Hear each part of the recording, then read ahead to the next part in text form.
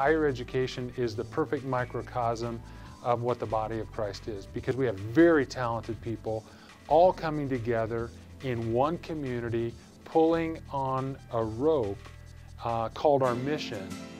We want to grow, reaching into places that we've never reached before. Quality would be sought after. Morale is someone who is excited about being here. It's infectious, and it helps others to get excited about being here.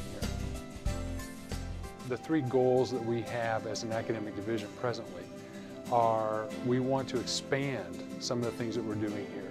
Part of the deal that we want to do is to have a major for every individual coming out of high school. The second thing is we don't just want to expand for expansion purposes, but we certainly want to do it with quality. And the quality piece is critical for us, because to put something out there without being quality is more detrimental than if we had nothing at all. So that expansion, that quality piece, and then along the whole lines of keeping the morale high. We want to treat the folks that are here with respect and dignity and honor them for the contribution they've made to this institution. We also want to continue to develop them as faculty members. We want them to grow in their profession. We want them to be rewarded for the accomplishments that they have. It's very important for me as an academic leader is to look at the faculty at the institution and determine essentially their temperature. And if we have happy faculty, we have a good institution. If we have not so happy faculty, the institution is not as good. And so one of the pieces, we want to keep the morale high. Competing values, competing ideas, individual preference, conflicting concepts, miscommunication, lack of understanding, not understanding the big picture, all those pieces together can lead to some very high conflict times. There are several challenges that I face as a leader, and one of the challenges is personally for me, and I think it goes across the board of all of our folks in the academic division, is the balance piece. And God has called us in some great things, and the way our president kind of cast this is that there's enough great things to kill us all.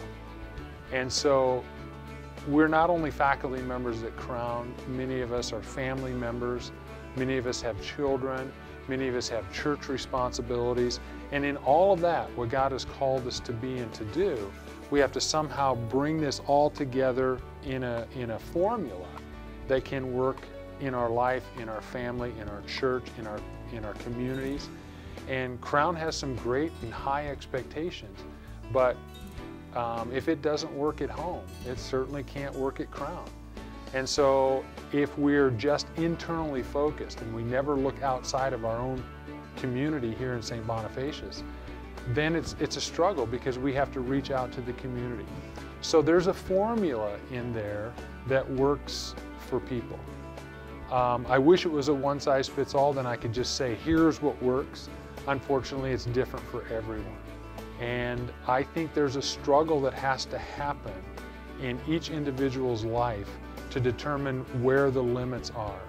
I like to say this about an institution, not necessarily Crown specifically, but institutional life in general, that whatever limit you set, the institution wants one more unit. So you have to remember that. So you have to be very confident in where that limit is and where that balance is for you, and then hold true to that. And if you can do that, you can live a very rewarding and meaningful life in balance. And the institution can thrive, your family can thrive, your work in the community and the church can thrive. But if you get out of balance, then it just falls apart. And so one of the challenges that I face as an institutional leader, the challenge that many of our faculty face, is that balance piece. The people that come around and do that sacrifice greatly for that mission, and the people are servants. The people just go out of their way to make our mission successful. I've been here now 17 years, and what keeps me here for the last 17 years are the people. And higher education is just a phenomenal venue to work in, because you have all types of different kind of people. And what's really neat about that is everyone centers around their common belief in Jesus Christ. And then your personalities are all different, your preferences are all different, your perspectives are all different, but there's that centrality of Christ, and that's what the body of Christ is meant to be.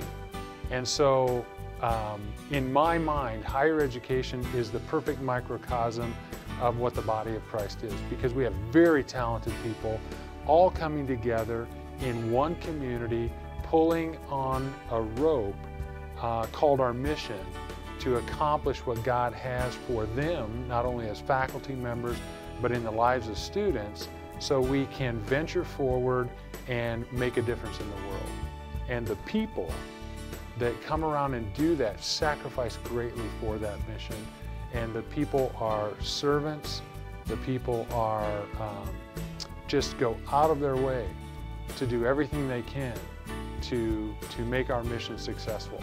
And the idea of developing Christian leaders for tomorrow is just a phenomenal mission to think about, and to really sit and think about, can this really be done in the lives of 18 to 22-year-olds, the 22 to 50-year-olds, the 50 to 60, 70-year-olds? Can that really be done, developing Christian leaders? And that grand experiment that we talk about, can that really be done? And I think because of the people, speaking into the lives of people, shoulder to shoulder, face to face, they can make that mission come true in developing people or Christian leaders for tomorrow. Our perspective is very unique in the individual. The unifying factor is that Christian worldview. And that's the neat thing about it, that we can be part of changing the world in the middle of St. Bonifacius, Minnesota. We are the face of the academic division, and what I mean by we are the faculty are the face of the academic division. The academic division does not ride in the academic dean's office. The face of the academic division is within each and every faculty member who goes to class. And that means that our perspective is very unique in the individual. So when Dave Donaldson walks in the class, he brings a perspective of music. When Don Hardy walks into a science class, he brings that perspective. The unifying factor is that Christian worldview. And all those perspectives are different on how we come together, but we all come together in that Christocentric worldview. And what's neat about this is that if you would pull the academic division out of any institution, and particularly Crown, in a sense you lose the heart of the institution.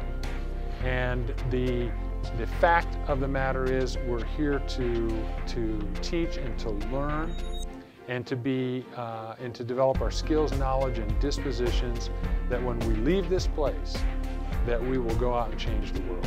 And that's the neat thing about it, that we can be part of changing the world in the middle of St. Bonifacius, Minnesota. And that just kind of boggles one mind. After you drive up the streets of St. Bonifacius, the small little sleepy town, which could be nestled away in any suburban rural area across the United States, and yet we're changing the world one person at a time. And as our students leave here, as our faculty leave here and go on mission trips, as they leave here and go and teach in other institutions and be involved in the world, we're changing the world one person at a time. And those perspectives that come back here, and to train those students to be what God would have them in their community, in their families, and in their working professional life, it's just a great opportunity for us. And you take away that, and the institution is lost an incredible opportunity. And that's why we think that, or I think, that the faculty are just critical for what we're trying to do at this college.